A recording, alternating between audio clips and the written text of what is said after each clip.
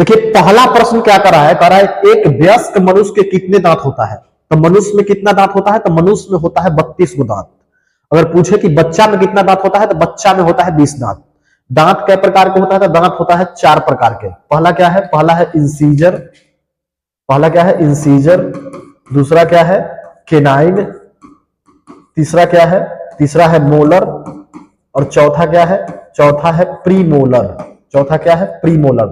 तो ये भी क्वेश्चन पूछ सकता है कि दांत कितने प्रकार का होता है, तो दांत होता है 4 प्रकार के, इंसीजर, केनाइन, मोलर, प्रीमोलर। इसके बाद देखिए आगे नेक्स्ट क्वेश्चन देखिए, करा है कि मस्तिष्क उत्तरदायी है हृदय के स्पंदन के लिए, शारीरिक संतुलन के लिए, सोचने के लिए, या इनमें से सभी। तो मस्तिष्क जो है सभी के लिए क्या है, उत्तरदायी है।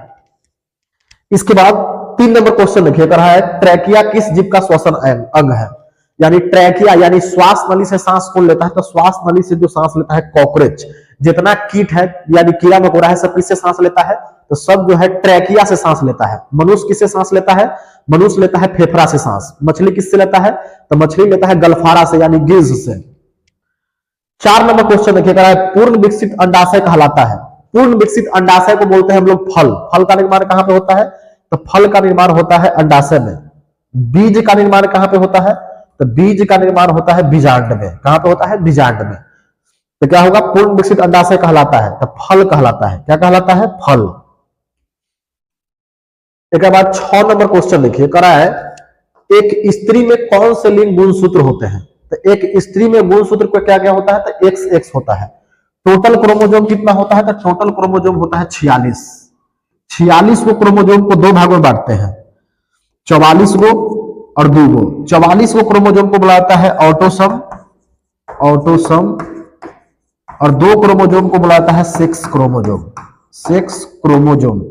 ऑटोसोम की संख्या कितना होता है, 44। सेक्स क्रोमोजोम की संख्या कितना होता है, तो 2 होता है। सेक्स क्रोमोजोम बॉय में क्या होता है, लड़का में क्या होता है, तो लड़का में होता है X और Y। लड़की में क्या होता है, तो लड़की में होता है XX। जब X और Y क्रोमोजोम मिलता है तो लड़का पैदा होता है, और X और X क्रोमोजोम मिलता है तो क्या पैदा होता है, लड़की पैदा होता है। तो क्या पूछा है क्वेश्चन में, पूछा है एक स्त्री में कौन से लिंग गुणसूत्र होते हैं, तो XX होता है। वही क्वेश्चन पूछता है कि पुरुष में कौन से गुणसूत्र होते हैं, तो X और Y होता है। इस सारा को हम लोग कॉपी में नोट करते चलेंगे। अब निम्नांकित में कौन सी धातु विद्युत का सुचालक है। विद्युत का सुचालक कौन है, कौन सा अधातु, अधातु जो विद्युत का सुचालक कौन होता है, तो यह ग्रेफाइट। ग्रेफाइट क्या होता है, तो विद्युत का सुचालक होता है। ग्रेफाइट क्या है, तो ग्रेफाइट जो है कार्बन का अपरूप है। किसका अपरूप है, कार्बन का अपरूप होता है। किसका अपरूप होता है, कार्बन का अपरूप, ऑलोट्रॉप ऑफ कार्बन। कार्बन का क्या है, अपरूप है। इसका प्रयोग जो होता है पेंसिल के लीड में किया जाता है। कहां पे किया जाता है, पेंसिल के लीड में, पेंसिल के लीड में किया जाता है। किसका प्रयोग, तो यही ग्रेफाइट का प्रयोग किया जाता है। अब है बैटरी का अम्ल है। बैटरी का अम्ल कैसा होता है, तो बैटरी में अम्ल होता है H2SO4 यानी सल्फ्यूरिक एसिड।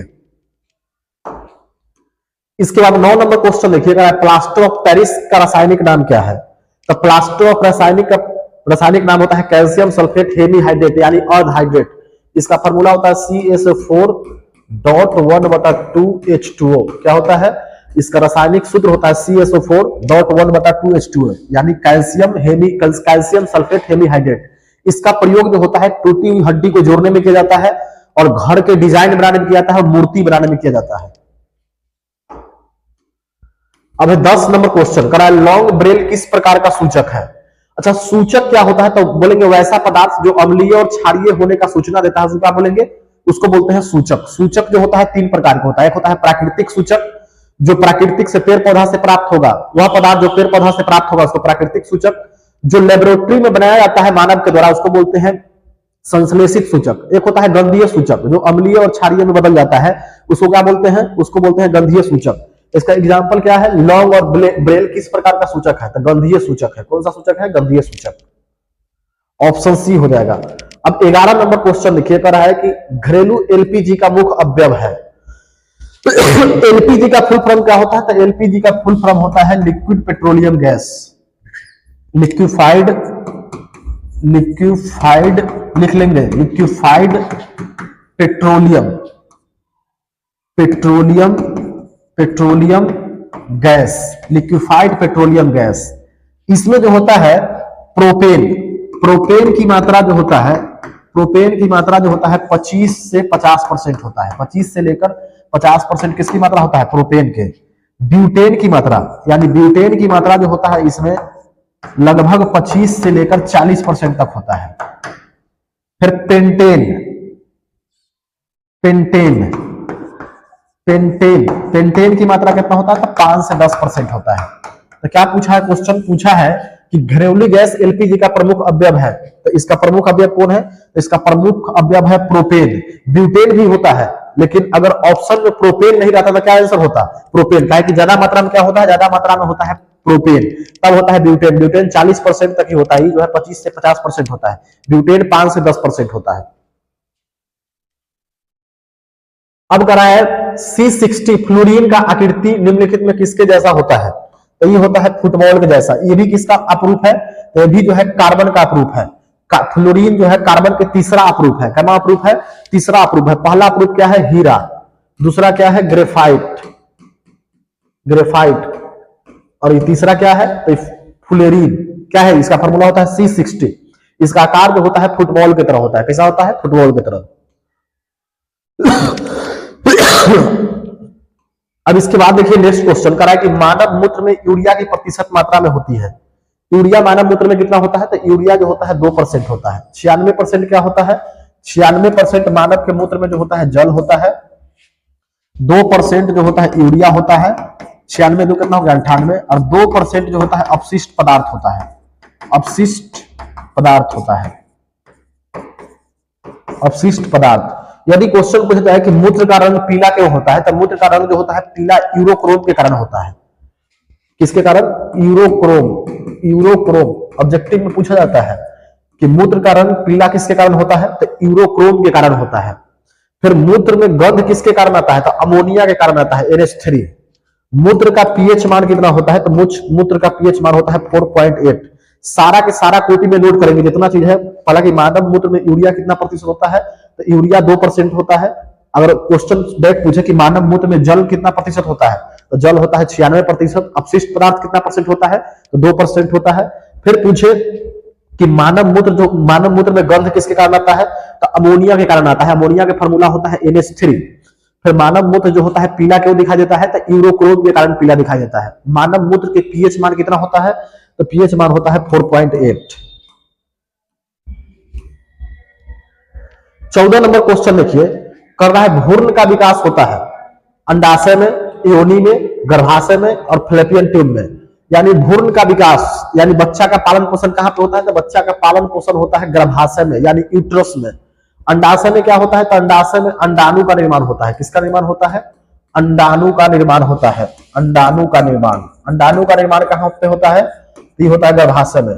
फ्लैपियन ट्यूब में क्या होता है, तो फ्लैपियन ट्यूब में मेल से स्पर्म और फीमेल से ओवम यानी अंडाणु दोनों मिलता है, यानी दोनों मिलता है। उस प्रक्रिया को बोलते हैं निषेचन। तो निषेचन कहां पे होता है, तो निषेचन जो होता है फ्लैपियन ट्यूब में होता है।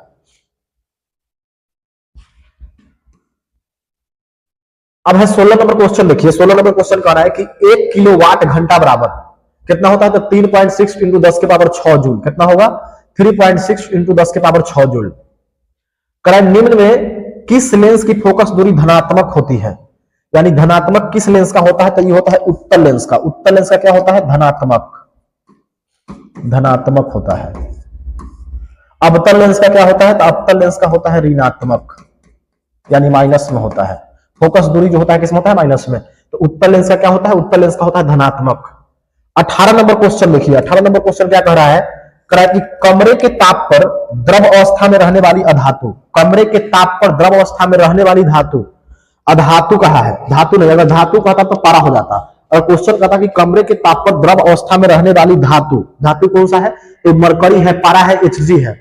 लेकिन पूछा है अधातु, तो अधातु में कौन हो जाएगा? ब्रोमीन हो जाएगा। ब्रोमीन ऐसा अधातु है जो द्रव अवस्था में रहता है। किस अवस्था में रहता है? तो द्रव अवस्था में रहता है। इसका ऑप्शन क्या हो जाएगा? ऑप्शन हो जाएगा सी, ऑप्शन सी ब्रोमीन। का निम्नलिखित में कौन सा युग्मक एकल विस्थापन अभिक्रिया है, तो ये होगा FeSO4 आयरन सल्फेट। कराए आवर्त सारणी में आवर्त की संख्या, आवर्त सारणी में आवर्त सारणी में आवर्तों की संख्या कितना होता है? तो आवर्त सारणी में आवर्त की संख्या जो होता है 7 होता है। जो सोया हुआ लाइन रहता है उसको क्या बोलते हैं? उसी को बोलते हैं आवर्त। जो खड़ा लाइन रहता है उसको क्या बोलते हैं? समूह बोलते हैं। तो समूह की संख्या कितना है? क्वेश्चन पूछा है कि आवर्त सारणी में समूह की संख्या कितना है? तो समूह की संख्या होता है 18। कितना होता है? 18। लेकिन पूछा है आवर्त सारणी में आवर्तों की संख्या कितना है? तो 7 है। इसके बाद क्वेश्चन पूछा है कि दही में कौन सा अम्ल है? दही में पाया जाता है लैक्टिक अम्ल, ऑप्शन सी हो जाएगा। टैक्टेरिक अम्ल किसमें पाया जाता है? तो टैक्टेरिक अम्ल पाया जाता है इमली में। इमली में पाया जाता है टैक्टेरिक अम्ल। फिर एसेटिक अम्ल, एसेटिक अम्ल किसमें पाया जाता है? तो सिरका में, सिरका यानी विनेगर में। फॉर्मिक अम्ल, फॉर्मिक अम्ल किसमें पाया जाता है? तो लाल चींटी में, लाल चींटी में पाया जाता है फॉर्मिक अम्ल। फिर इसके बाद ऑक्जेलिक अम्ल किसमें पाया जाता है? टमाटर में।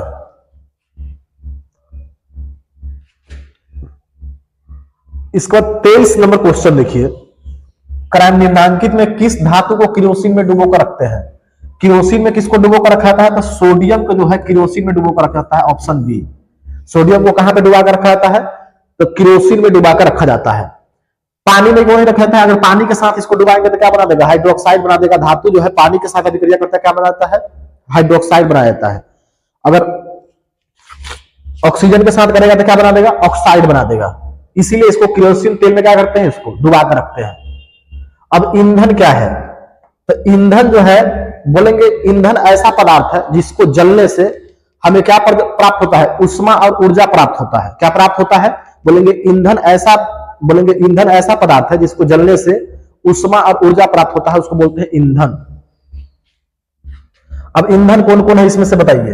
देखिए ईंधन जो होता है दो प्रकार का होता है। एक होता है तीन प्रकार का होता है। एक होता है ठोस ईंधन, दूसरा है तरल ईंधन, तीसरा क्या है? तीसरा है गैस ईंधन।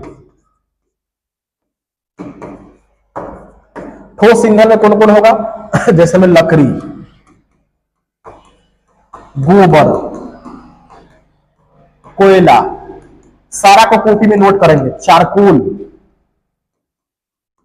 चारकोल, ये सब क्या है? ये सब है ठोस ईंधन। तरल ईंधन कौन कौन होगा? तो तरल ईंधन में होगा petroleum, petroleum, diesel, kerosene, kerosene. फिर गैस ईंधन में कौन होगा? गैस ईंधन में होगा बायोमास, चाहे बायोगैस चाहे बायोमास। फिर प्राकृतिक गैस जैसे एलपीजी से क्या है? ये सारा जो है गैस ईंधन है।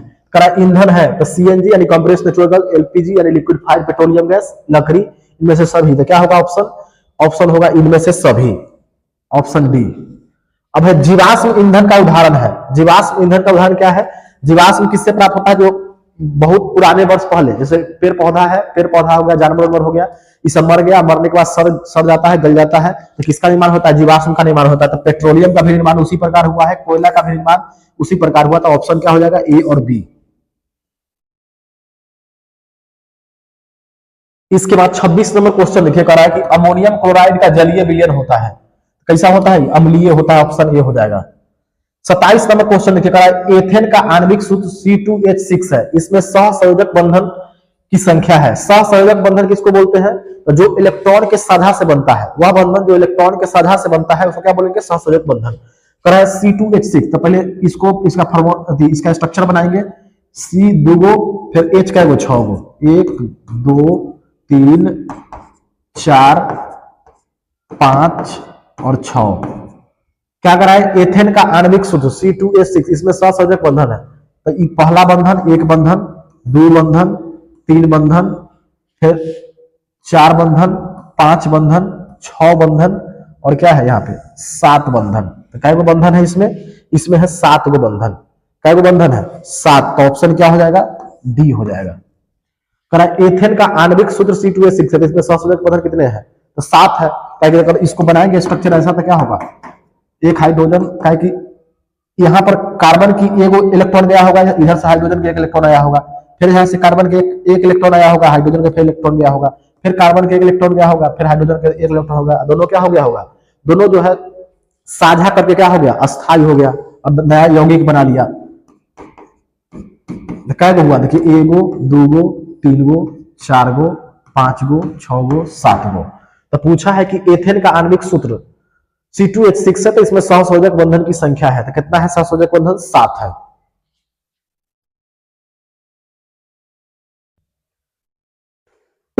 28 नंबर क्वेश्चन देखिए, कराए किस पीएच मान वाला विलयन सबसे अधिक अम्लीय होगा।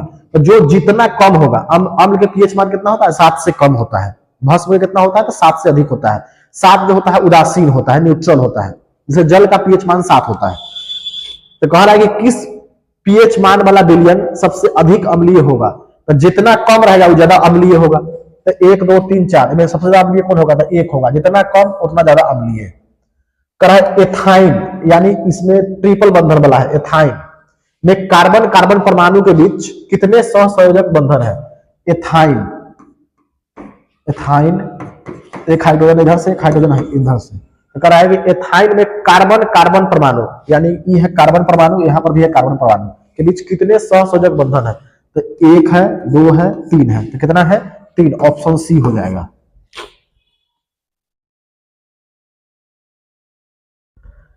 30 नंबर क्वेश्चन लिखिए, कह रहा है क्यूप्राइट निम्नलिखित में किस धातु का अयस्क है। तो क्यूप्राइट है कॉपर का, किसका है, कॉपर का। अल्युमिनियम का क्या होता है, तो अल्युमिनियम का होता है बॉक्साइट। बॉक्साइट सारा याद करेंगे, इससे क्वेश्चन रहता है। जिंक का क्या होता है, जिंक का होता है जिंकाइट, चाहे जिंक ब्लेंड, ये सब क्या है, चाहे जिंक ब्लेंड, ये सब जो है अयस्क है। अब कह रहा है 31 नंबर क्वेश्चन देखिए, कह रहा है कि एक खाद्य श्रृंखला में तीसरे पोषी स्तर पर है, तीसरे पोषी स्तर पर कौन है, तो तीसरे पोषी स्तर पर है मांसाहारी। ऑप्शन बी हो जाएगा। अगर पूछे, अगर क्वेश्चन नहीं पूछता कि एक खाद्य श्रृंखला में प्रथम पोषी स्तर, प्रथम पर कौन होता है, तो प्रथम पर होगा उत्पादक। क्या होगा, प्रथम पर होगा उत्पादक। द्वितीय पर कौन होगा, तो द्वितीय पर होगा शाकाहारी, शाकाहारी, शाकाहारी यानी हार्बीवोरस। इसको प्रथम स्तर भी बोलते हैं। क्या बोलते हैं, प्रथम स्तर। अब इसके बाद देखिए, और तीसरा पर कौन होगा, तीसरे पोषी स्तर पर, तो तीसरे पर होगा मांसाहारी। मांसाहारी क्या होगा, मांसाहारी। इसको द्वितीय स्तर बोलते हैं। क्या बोलते हैं, द्वितीय स्तर। इसके बाद क्वेश्चन लिखिए, करा कि प्रोपोनोन का क्रियाशील मूलक है। प्रोपोनोन का क्रियाशील मूलक है प्रोपोनोन, तो कौन सा ग्रुप का है, तो ये है कीटोन ग्रुप का, C डबल बॉन्ड O यानी कीटोन ग्रुप। इस CHO कौन सा ग्रुप है, aldehyde group, aldehyde, aldehyde group, ये है कीटोन ग्रुप। इस एग्जाम में आता है बार बार। C डबल OH ये कौन सा है, ये है कार्बो oxalic group, कार्बो oxalic, कार्बो oxalic group. OH ये है alcohol group, alcohol, alcohol group. तो इस सारा को नोट करेंगे कॉपी में और इसको याद करेंगे। CHO कौन सा ग्रुप के है, तो अल्डिहाइड ग्रुप का है। C डबल बॉन्ड O कौन सा ग्रुप का, कीटोन ग्रुप का। C double OH कार्बो oxalic group का। फिर OH कौन से ग्रुप का है, अल्कोहल ग्रुप का है।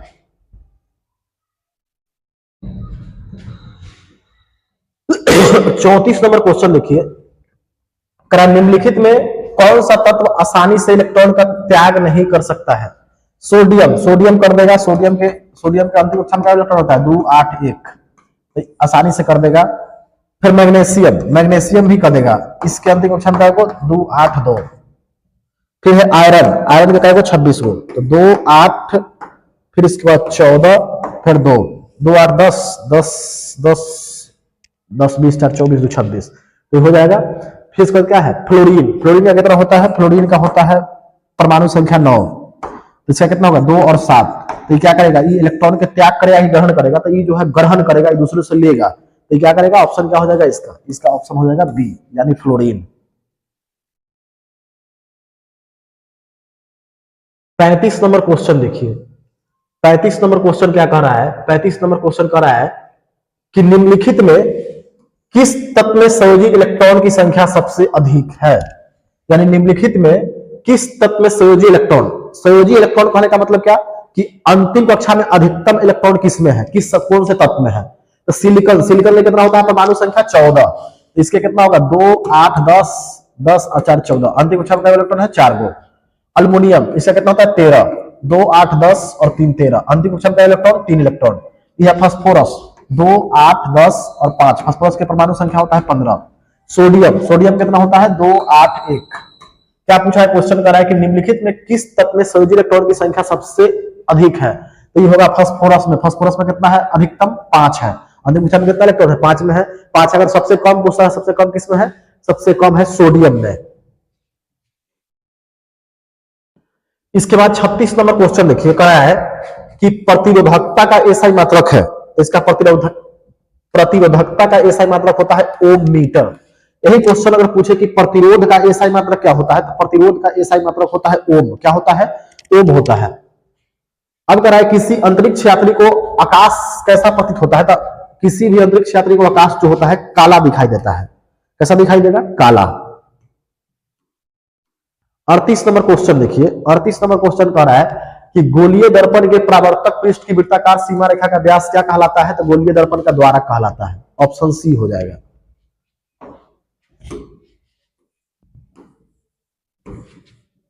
39 नंबर क्वेश्चन देखिए। 39 नंबर क्वेश्चन क्या कह रहा है? कह रहा है किस दर्पण में दूर की वस्तु का प्रतिबिंब सदैव सीधा होता है? किसमें होता है? तो सदैव सीधा जो होता है उत्तल में भी बनता है और समतल में भी बनता है। तो क्या लिखेंगे? समतल तथा उत्तल दोनों में क्या होता है? सीधा बनता है प्रतिबिंब। किस दर्पण में दूर की वस्तु का प्रतिबिंब सदैव सीधा, यानी दूर का वस्तु का प्रतिबिंब सदैव सीधा बनता है? तो उत्तल में भी बनता है और समतल में भी बनता है। तो ऑप्शन डी हो जाएगा। कह रहा है अवतल दर्पण की फोकस दूरी होती है। अवतल दर्पण के फोकस दूरी क्या होगा? तो अवतल दर्पण के फोकस दूरी होता है ऋणात्मक, यानी माइनस में होता है। उत्तल का क्या होता है? उत्तल का होता है धनात्मक। चलिए 41 नंबर क्वेश्चन लिखिए। कह रहा है किस दर्पण से हमेशा वस्तु से छोटा प्रतिबिंब प्राप्त होता है? तो वस्तु से छोटा प्रतिबिंब किसमें प्राप्त होता है? तो उत्तल दर्पण में। हमेशा वस्तु से कैसे प्राप्त होगा? छोटा प्राप्त होता है। इसका 42 नंबर क्वेश्चन क्या कर रहा है? कह रहा है प्रकाश का प्राथमिक वर्ण है। तो प्रकाश के 3 गो प्राथमिक वर्ण होता है। पहला है नीला, हरा, लाल। क्या रंग होता है? 3 गो, नीला, हरा, लाल। तो इनमें से क्या होगा? इनमें से सभी हो जाएगा। अब इसका तरह निकट दृष्टि दोष में कौन सा लेंस का प्रयोग किया जाता है? निकट दृष्टि दोष किसको बोलते हैं? तो नजदीक के वस्तु दिखाई देगा साफ से और दूर के वस्तु साफ से स्पष्ट रूप से नहीं दिखाई देगा, तो उसको बोलते हैं निकट दृष्टि दोष। तो इसमें जो है हम लोग अवतल लेंस का प्रयोग करते हैं। किसका प्रयोग करते हैं? अवतल लेंस का प्रयोग। निकट दृष्टि दोष को हम लोग मायोपिया भी कहते हैं। क्या बोलते हैं? मायोपिया। अब एक चीज और होता है दूरदृष्टि दोष। दूरदृष्टि दोष में कौन सा लेंस का प्रयोग करते हैं? तो दूरदृष्टि दोष में हम लोग उत्तल लेंस का प्रयोग करते हैं। उत्तल लेंस। फिर इसके बाद है जरा दूरदर्शिता दोष। जरा दूरदर्शिता दोष, इसमें कौन सा लेंस का प्रयोग करते हैं? तो इसमें बाइफोकल लेंस का प्रयोग करते हैं। बाइफोकल लेंस का प्रयोग करते हैं। इसको हम लोग बोलते हैं हाइपरमेट्रोपिया भी बुलाता है दूरदृष्टि दोष को। हाइपरमेट्रोपिया, इसको बोलते हैं प्रेस बायोपिया।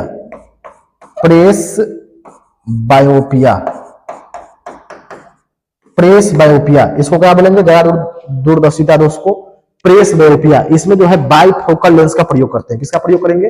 बाइफोकल लेंस का प्रयोग करेंगे।